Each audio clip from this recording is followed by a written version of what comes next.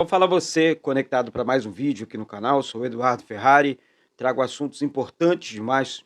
Peço para que você não pule sequer uma parte do vídeo. Gente, para você que ainda não é inscrito aqui no canal, tem um botão escrito inscreva-se aqui embaixo e é de graça, não paga nada não.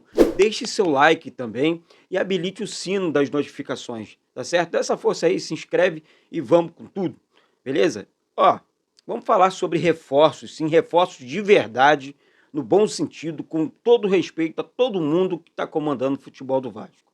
Esse é um segundo papo, porque tem tabela do Campeonato Brasileiro confirmada. Vasco descarta a contratação de jogador do Atlético, né? E muito mais.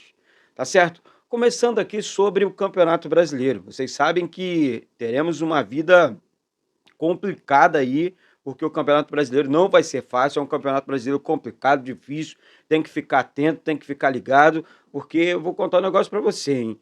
Os 10 primeiros jogos foram confirmados ontem pela CBF, tá? O primeiro jogo, no dia 15/4, Atlético Mineiro e Vasco no Mineirão. Estaremos no Mineirão, então já clica aqui com transmissão aqui no canal, lá direto do Mineirão, com imagens, você vai acompanhar tudo aqui. Se inscreve e compartilha com geral aí. Depois, no dia 23/4 também, de abril, contra a equipe do Palmeiras aqui em São Januário. Depois, Vasco e Bahia também em São Januário. Fluminense e Vasco no Maracanã.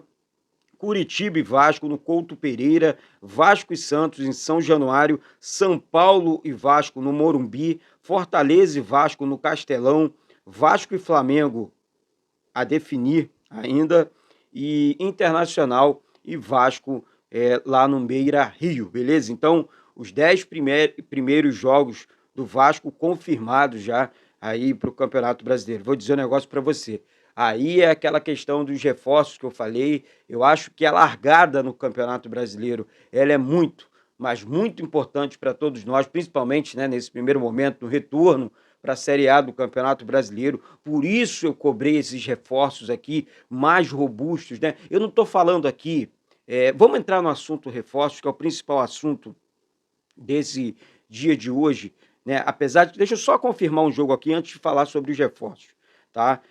Hoje o Vasco faz um jogo treino, né? Contra o Tupi, às 16 horas no CT Moacir Barbosa, tá? Um jogo treino fechado, assim como foi em São Januário também, mas não teremos aí a transmissão desse jogo, nem pela Vasco TV, nem por ninguém. É um jogo treino totalmente fechado junto à comissão técnica do Vasco, beleza? Então, o Vasco faz mais um jogo treino hoje, dessa vez contra a equipe do Tupi, beleza? Só para deixar vocês atentos aí. Bom, agora sim, entrando sobre os reforços.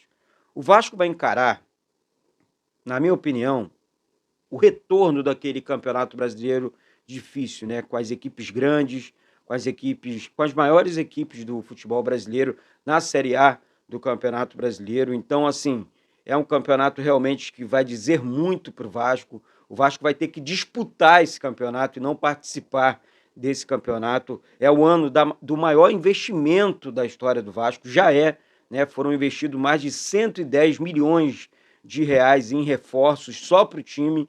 Então, assim, mas não é o suficiente ainda, tá certo? Ah, Eduardo, mas a 777 no passado nós não tínhamos essa questão desses reforços, não tínhamos esse poder de investimento. Isso é tudo muito verdade, sabe? A cobrança que a gente faz aqui não é a cobrança. Eu vou sempre bater nessa tecla, porque tem gente que confunde, sabe?